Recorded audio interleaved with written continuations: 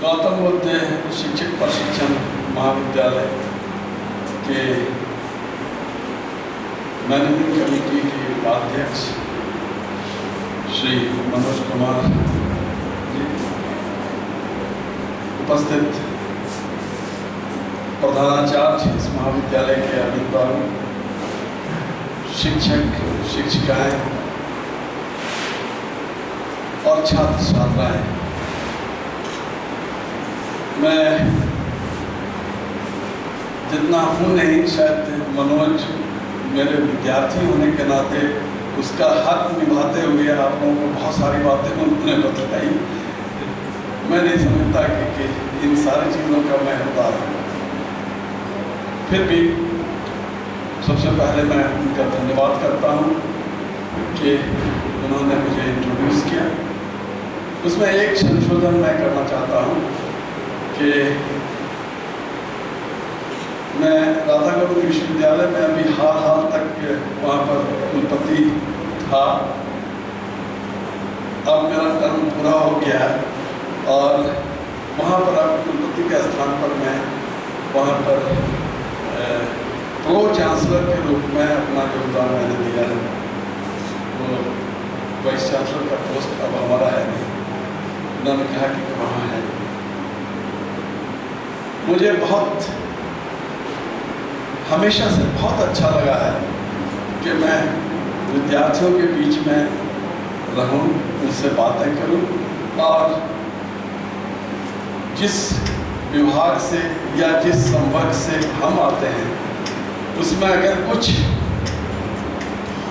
दिक्कत विद्यार्थियों को है तो उसका अगर हो सके तो मैं समाधान करूं। अभी इन्होंने कहा कि आज़ादी के 75वें वर्षगांठ पर अमृत महोत्सव जो चल रहा, उसके तहत कई बुद्धन विद्वान इस महाविद्यालय में आकर के आपको आज़ादी के बारे में बहुत सारी बातें उन्होंने उसके बारे में बताया। मैं या आप सभी इससे बिल्कुल इत्तेफाक रखते होंगे कि आज़ादी एक ऐसी चीज़ है जो कि किसी भी व्यक्ति के तमाम जो पर्सनैलिटी होती है उसके ऊपर इसका बहुत इफेक्ट होता है। एक पिंजरा में अगर किसी तोते को रख दिया जाए जो कि आज कल रूल या लॉ के हिसाब से वर्जित है, उसको कितनी पीड़ा होती है ये समझें। उसी प्रकार से हम भी किसी दिन गुलाम थे, हम आज़ाद हुए और आज़ादी ऐसे नहीं मिली, बहुत सारे कुर्बानियाँ देनी पड़ी, बहुत सारे बलिदान देने पड़े। हंस कर लोग फांसी पर झूल गए सिर्फ भारत माता का नाम लेते हुए। ये उपलब्धि बहुत आसानी से नहीं हो सकी। हमें उस ज़माने को भी याद करना चाहिए और आज जब हम बिल्कुल आज़ाद हैं तो इस आज़ादी को उसके संदर्भ में कंपेयर करके हमें देखना चाहिए और ये महसूस करने का समय होना चाहिए आपके पास, हमारे पास, कि उस समय जो लोग थे, हमारे फोरफादर्स, हमारे अग्रज, वो किस तरह से थे और क्या क्या कठिनाइयाँ उन्होंने झेली और उसका सामना किया, उसका हम अगर मन में रखें तो मैं समझता हूँ कि आज का जो वर्ग है, विद्यार्थी, जो युवा वर्ग है और जिसके बारे में हम कहते हैं कि भारत में सबसे ज़्यादा युवा है, ये एक ऐसा फोर्स बन करके उभरेगा जो कि देश में हर तरफ शांति, सौहार्द और आज़ादी का जो सही मानों में समझ है उसको फैलाने लगा। मैं बहुत ज़्यादा तो इस पर नहीं कहूँगा, मनोज बाबू की हिस्ट्री के आदमी हैं, इन्होंने काफ़ी बातें की। ये हिस्ट्री जानते हैं हम, हिस्ट्री याद भी नहीं रहता और उस उम्र में तो अपने लोग का नाम भी कभी कभी याद करने के लिए सोचना पड़ता है कि अब सच कह रहा हूँ, ये पता नहीं मेरी बीमारी है क्या। बहुत दिनों पहले की बात है कि किसी ने कहा कि आपके फादर इन लोग का क्या नाम है। अब बात शर्मिंदगी, बहुत ज़्यादा शर्मिंदगी और याद ही नहीं आए। तो किसी तरह से मैं मुस्लिम हूँ इसलिए मैंने एक मुसलमान नाम लिया, कहा कि ये नाम है। कहा कि अच्छा ठीक। तो इस तरह से भी कभी कभी तो बतानी पड़ती है। तो मैं आप लोगों से इस संदर्भ में सिर्फ एक ही अनुरोध और करना चाहता हूँ, खास करके विद्यार्थियों से, कि जो आज़ादी हमें आज के दिनों में मोबाइल पर मिलती है, लिखा हुआ बहुत सारे लेख और बहुत सारे यूट्यूब और बहुत सारे सोशल मीडिया पर बहुत तरह की बातें, इसको यूट्यूब और सोशल मीडिया की जगह पर, उसके जगह पर आप किताबों का अध्ययन करें, तब आपको सही समझ में आएगा। इसलिए कि अगर यही सिलसिला रहा तो मैं समझता हूँ, मुझे डर है कि शायद वो दिन भी आ सकता है जबकि हम लोग इस आज़ादी का असल मकसद भूल जाएं, भाईचारा प्रेम भूल जाए, समाज में अफरा तफरी हो जाए और हम एक दूसरे हिंदुस्तान की तरफ कदम बढ़ाएं। मैं ये बात तो कहना चाह रहा था, लेकिन साथ ही साथ एक बड़ी बात यह है कि आप शिक्षा ग्रहण कर रहे हैं, आपने स्कूल में पढ़ा, कॉलेजों में पढ़ा, उसके बाद फिर यहाँ पर आप बीएड कर रहे हैं, आप शिक्षक बनेंगे। आप भी जब शिक्षक बनेंगे तो निश्चित रूप से आपका जो इमीडिएट या आपके सामने जो जनरेशन होगा वो आपके बाद वाले विद्यार्थियों का जनरेशन है, बच्चों का जनरेशन।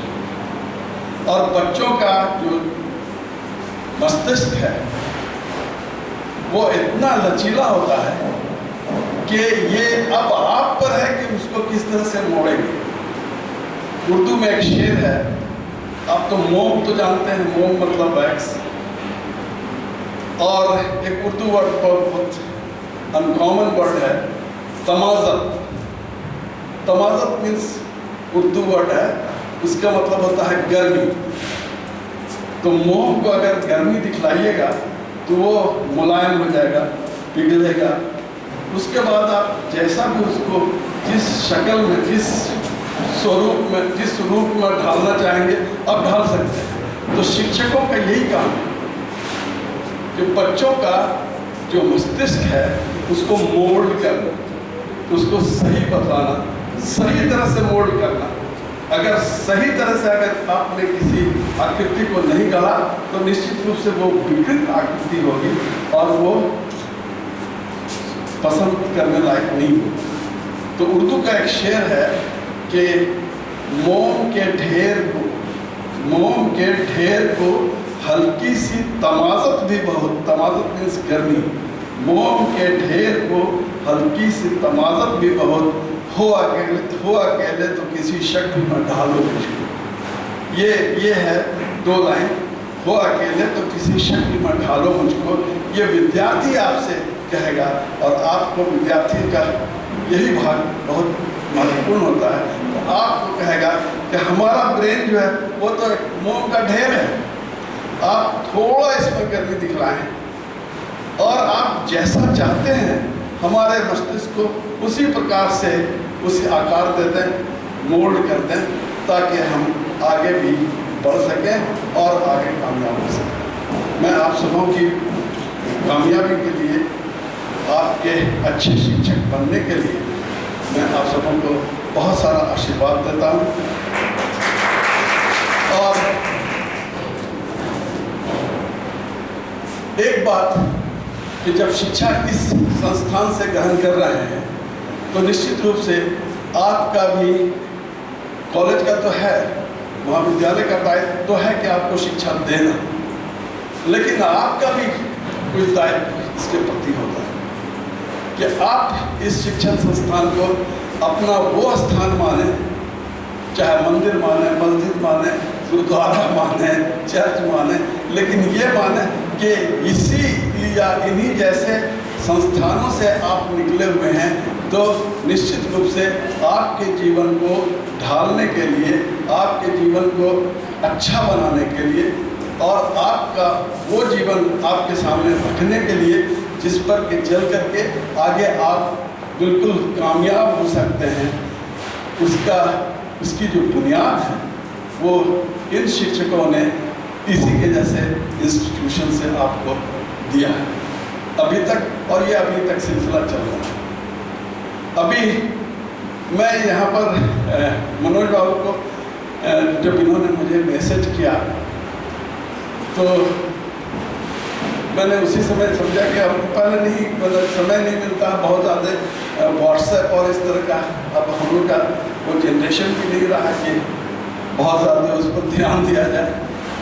तो मैंने देखा, और सबसे बड़ी बात ये थी कि आप लोगों को मालूम होगा कि बहुत जल्दी यहाँ पर आपके यहाँ नैक की टीम आने वाली है। मैं चूँकि नैक से एक बहुत ज़माने से, मुद्दत से जुड़ा रहा और मैंने भारत के, हमको लगता है कि हर एक स्टेट में कम से कम तो गया ही हूँ। मैं आपको एक विश्वास के साथ कहना चाहता हूँ कि मैंने जो इंफ्रास्ट्रक्चर और जो चीज़ें यहाँ पर देखी हैं, और भी बहुत सारे कॉलेजेस का मूल्यांकन मैंने किया है, हमारी टीम ने किया, उसमें ये बहुत ऊपर है। और मैं समझता हूँ कि नैक की टीम जब आएगी तो इसको एक अच्छा रैंक मिलेगा। लेकिन इस अच्छे रैंक के लिए मैंने मैनेजमेंट को भी कहा है, और जब मैं आज उसकी समीक्षा कर रहा था तो मैनेजमेंट से भी मैंने कहा है कि वो थोड़ा शोकेसिंग हम लोगों में कम होता है। शोकेसिंग समझना है? शोकेसिंग का मतलब होता है कि जो हम में है वो हम अपने को उतना प्रदर्शित नहीं कर सकते।